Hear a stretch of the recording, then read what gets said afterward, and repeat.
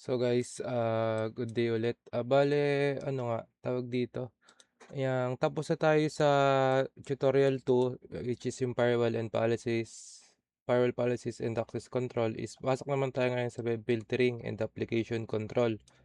So halos magkapares lang naman silang dalawa at pares lang sila ng in-implementation halos.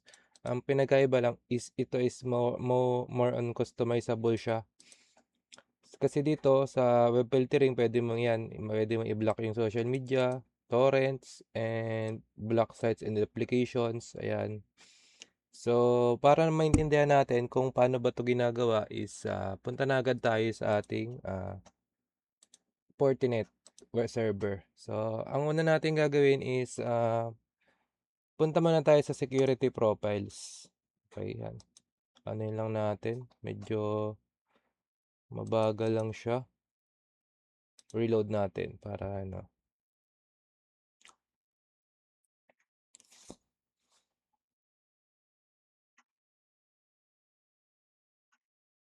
Tingnan natin yung server natin kung ano nangyari pa, nag-crash na ba ating server. Yan, time out pala siya, sorry. Admin. Yan, okay. Na tayo dito. Yan, na tayo sa security profiles. And balik pala tayo dito. Bago tayo magsimula is since ito nga is unable to connect to FortiGuard server, is hindi natin may apply yung web filtering, kundi maide-demo lang natin kung paano ba yung web filtering nagana. So, yun nga, is punta na tayo sa security profile. Ayan. And then, may makikita tayo dito, DNS, video filter, yan, web filter, application control. Punta lang tayo dito sa web filter. Tayo lang natin. Medyo matagal siya.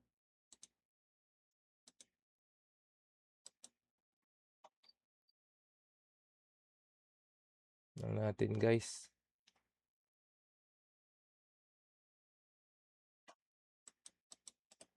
Yung tab na lang natin to. Ayan. Pwede naman pala yung new tab. So, new tab na lang natin. Then, para maka-ano tayo ng maka-create tayo ng policy for web filtering is pinati lang natin to create new. Then, dito is since ang example nga is gaming or social media, try natin social media. Social media tayo. Or gaming na lang. Sige, gaming. Block natin yung gaming. Pero hindi gagana yan kasi nga hindi naman tayo, wala tayong access sa FortiGuard server. So meron tayo ditong dalawang pamimilian kung paano natin ibablock yung website, which is yung FortiGuard category based filter and yung static URL filter. Ito yung customizable, ito naman yung per category. So halimbawa dito, gusto nating i-block yung dito, search lang tayo dito. Yan, hanap lang tayo. Gusto nating i-block dito kunyari yung shopping. Yan, halimbawa yan. Yan, block natin. O kaya yung gambling, block na natin yan. Ayan. Ganyan lang yung sa yan. May nakalagay na warning dito, night license, hindi gagana yan. Direct may be block if this option is enabled. So yan, hindi siya perfectly nagagana kasi nga hindi tayo license. Then, ang sunod naman is yung block invalid URLs at saka URL filtering at saka content filter. Yeah, okay. So, sa content filter is ang ginagawa niya is halimbawa, 'di ba pag nagse-search tayo sa YouTube, sa Google is nagse-search lang tayo ng word, kunyari ay house. Yun, pwede nating i-block yun. Ibig sabihin, lahat ng may kinalaman sa house is ibablock niya. So, since gaming yung atin, kaya natin ay game. Okay. Block natin yung game yan. So, yan. Then, sa URL filter naman natin is maglagay lang natin. Kunyari ay roblox.com. Oh, yan. Then, ilagay lang natin sa action is yan, block. Ayan. Okay. Status lang. Okay lang natin. Then, okay lang natin. Okay. So yan, meron na tayong system para sa meron na tayong policy para sa ating web filtering. And sunod naman natin is yung ating application control naman. So ano nga ba yung mga application na sinasabi natin? So is either gaming, pwedeng gaming din, ayan, email, mobile, VoIP, Cloud IoT, game, ayan, video. So ito, try natin sa sa email tayo. Maghanap dito naman, sa search lang natin. Wait muna tayo dito. Ayan, application control and filter overrides, ayan. Sa search lang natin diyan kung ano yung ating i-block. So dito pwede naman nating i-block dito by categories. Kunyari gusto natin i-block yung email, saka i-block natin yung gaming. Ayan. Di nagagana yung email at diyan, yung gaming natin kasi blinak na natin. So pag titingnan natin, may database siya dito na view ayan, view signatures. Ayan. So ito, ang Fortinet ay meron na siyang built-in na database para sa mga email, mga kilalang email, Yahoo Mail, yan, Twig, Gmail, yan. Then punta rin tayo sa gaming, ayan. So meron din siya, tingnan natin yung mga gaming na binablock niya per category, ayan. So ayan yung kanyang mga games na binablock. And then dito pwede naman tayo mag-specific na block lang. So since gusto natin specific na block lang, ay di try natin dito. Sige, monitor natin 'to. Then dito natin i-block yung email natin. Gmail, Gmail, ayan. Yan, so ayan, iano lang natin yan. Okay. Add selected lang on sa ating filter. Okay lang natin, ayan. Tapos yan, block na siya. Ang action natin. Then okay lang natin yan. Lagyan lang natin is mail and games yan, since ang blinak natin ay games at email. Okay, meron na tayong tag dito, yung policy para sa mail at games, at saka meron na tayong policy para sa gaming naman pure. So paano natin siya apply? So hindi siya mag-e-effect hangga't di natin siya i-apply sa ating firewall. So balik ulit tayo sa firewall natin. So meron na tayo dito existing na policy. So pwede nating ilagay dito. Yeah. Pwede tayo mag-add diyan. Hanapin lang natin yung ating sinet up kanina, which is to yung gaming at saka yung yan, sorry guys, nag-session end lang. So admin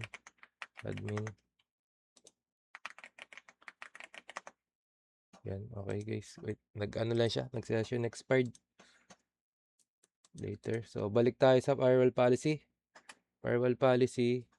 then dito edit lang natin to, and gaming, and saka ano pa yung isa natin, yan, mail, pwede yan, apply natin. So or kaya dito naman pwede naman natin gawin is yan, edit. Dito punta tayo dito.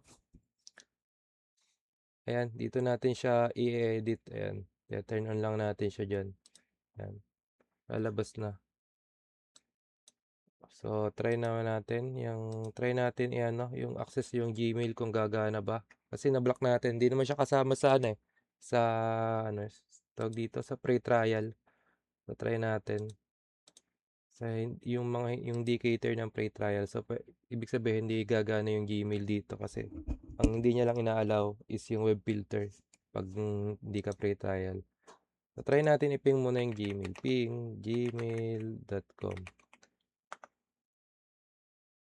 Yan, so try natin kung nagana yung gmail.com dito.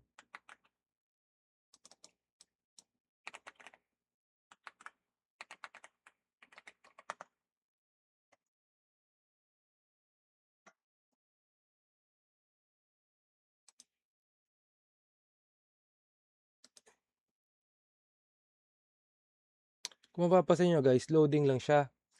So, ang ano natin diyan, ang summary natin diyan is, yung kumpara dun sa firewall policy, ang binablock niya is yung, address. Dun sa part 2 natin, ang binablock niya is yung address nung ating, user. Dito naman ang binablock niya is yung port nung website na gusto nating i-access. So, ibig sabihin is ang binablock niya dito halimbawa 'di ba sa HTTP yang ayun 'no, hindi yung cannot be reached na siya. So, halimbawa sa ating HTTP ulitin natin Gmail, na-close ko, eh, 'yan. Search natin yung mga ano.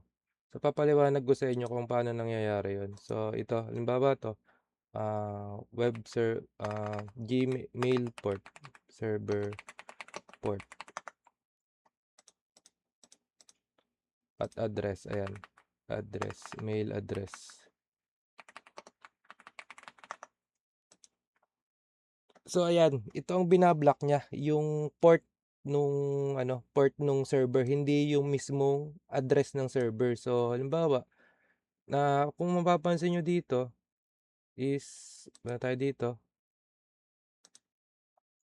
yan, hindi natin ma-reach siya, pero napiping natin yung gmail.com.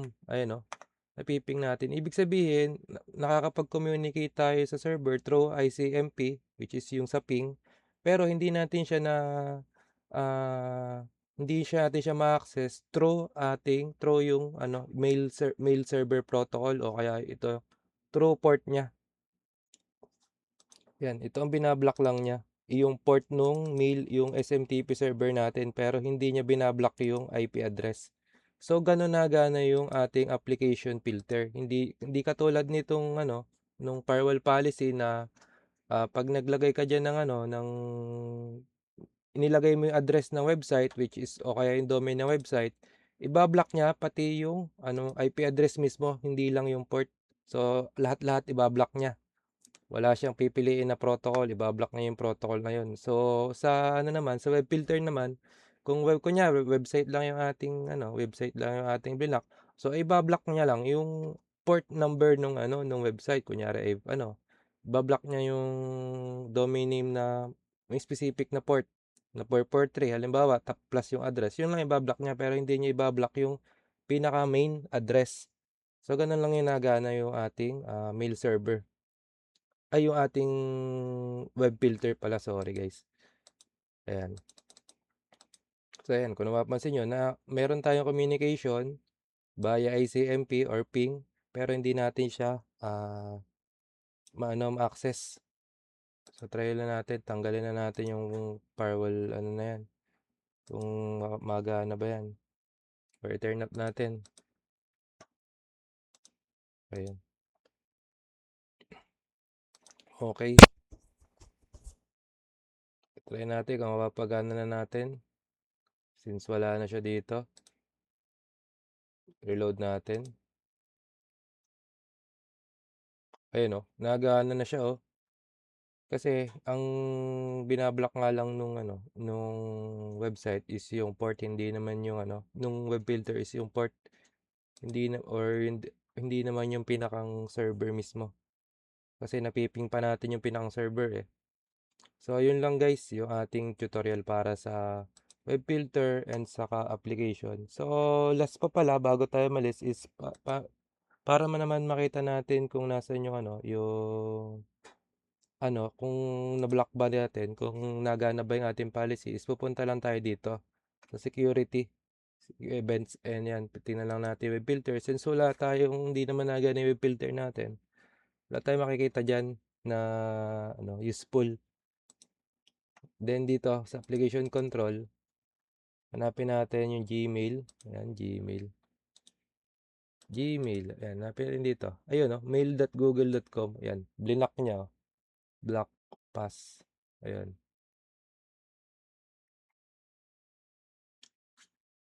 So, ayan, ang ginawa niya. Binablock niya. So, yun lang guys yung kung paano tayo magbablock at kung paano nagana yung ah, ating web filter at saka application control.